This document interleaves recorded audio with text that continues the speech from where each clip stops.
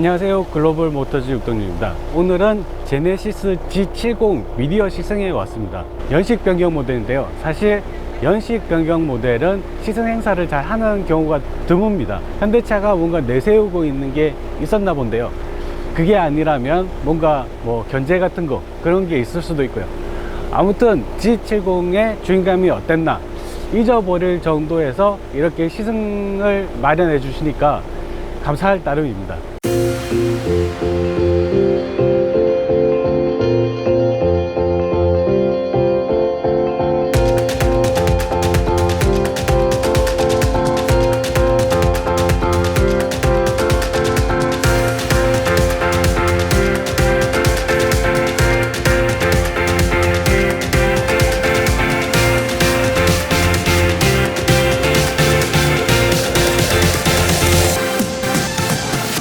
우선 이번 모델은 연식 변경이라 디자인에는 큰 변화가 없습니다.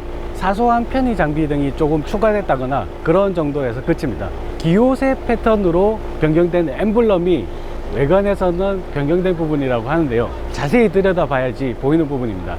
내부 역시 신규 엠블럼과 터치식으로 변경된 디스플레이, 그리고 프레임리스 룸밀러, 멀티펑션 스위치도어와 에어벤트, 그리고 컵홀더 스마트 키를 살짝씩 변경했다고 합니다. 현대차가 이럴 때 잘하는 말이 있는데요, 고객 선호 사양을 기본으로 돌려서 상품성을 높였다 하는 말인데요, 이럴 때 살짝 가격이 오르기도 합니다. 이번에도 역시 가격이 소폭 올랐습니다.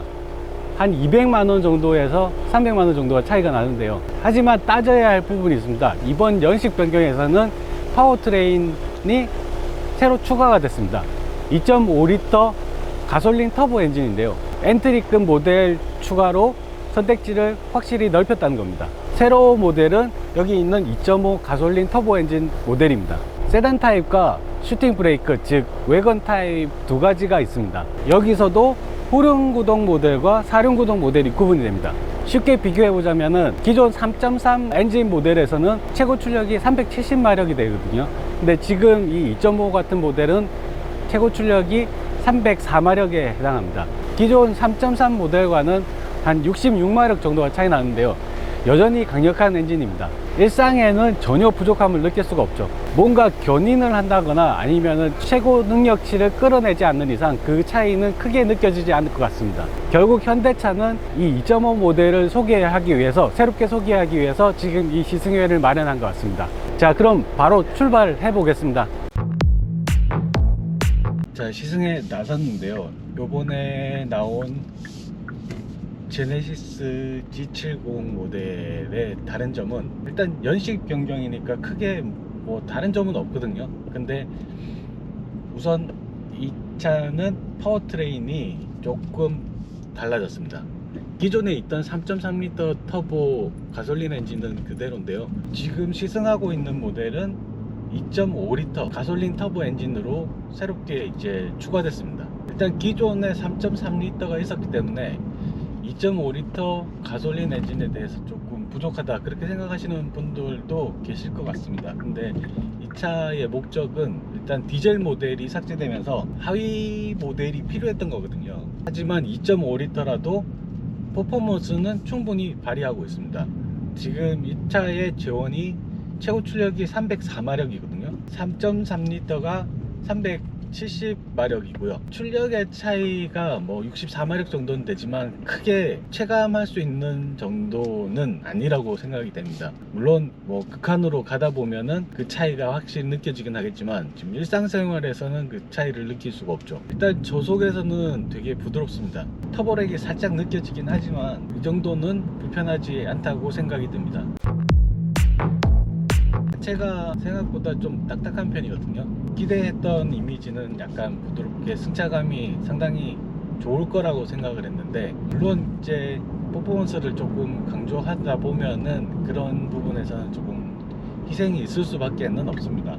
이게 또 프리미엄 독일 3사에서 나오는 소형 세단을 겨냥해서 만들었기 때문에 그런 성향이 비슷하게 묻어나는 것 같습니다. 물론 퍼포먼스는 그에 비할 바는 아닌 것 같습니다. 시트 포지션도 그리고 시트 자체도 시야도 스포티한 느낌으로 잘 갖춰져 있습니다. 지금 디지털 클러스터 같은 경우에는 아까도 말씀드렸지만 12.3인치의 약간 입체적인 느낌을 주면서 예전부터 이거는 제네시스가 해왔죠. 느낌이 상당히 고급스럽다는 느낌이 듭니다. 지금 가운데 보시는 10.25인치 모니터는 살짝 작은 감이 있지만, 그리고 이제 가로형이다 보니까 많은 정보를 보여줄 수는 없지만, 이거는 뭐 BMW나 다른 차들도 이제 차체 크기에 따라서 뭐 최적의 환경을 만들었기 때문에 어쩔 수 없는 부분이라고 생각이 됩니다. 밑에 이쪽 부분이 공조기를 컨트롤할 수 있는 부분이 이제 터치식으로 바뀌었거든요. 이 부분은 뭐 나름 괜찮게 생각이 듭니다.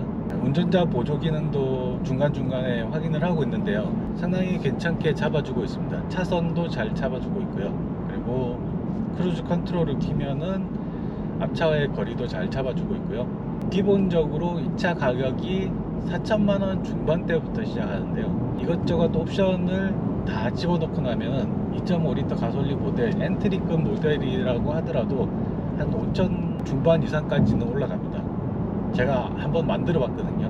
제 기준에서 몇 가지 필요한 옵션들을 골라서 조금 욕심을 부려서 만들어 보니까 5,700만원 정도가 나오더라고요. 주행 모드는 기어 시프트 아래쪽에 있습니다. 여기서 이제 주행 모드를 바꾸는데요, 지금까지는 노멀 모드로 주행을 했고요. 스포츠 모드로 바꾸면 일단 운전자가 느끼는 거는 시트입니다. 시트가 허리를 꽉 잡아주거든요. 모드를 변경하자마자 시트가 조여져 옵니다.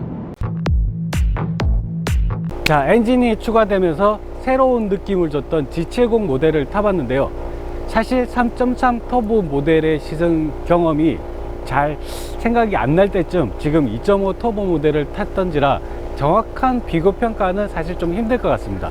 하지만 평소에 2.0 차를 타고 있는 저로서는 몸으로 체감하는 2.5 터보의 느낌은 상당히 만족스럽습니다. 이게 또 비교 대상이 안 되기는 하지만 어쨌든 2.5 가솔린 터보 엔진을 추가한 건 괜찮은 선택이었던 것 같습니다. 게다가 앞좌석 통풍 시트라든가 뒷좌석 열선 시트, 그런 편의 사양들이 기본화 됐다는 것도 상당히 큰 매력이 있는 것 같습니다. 뭐 따로 옵션을 추가하지 않아도 된다는 그런 것들 말이죠. 그럼 지금까지 글로벌 모터즈 육동윤이었습니다. 고맙습니다.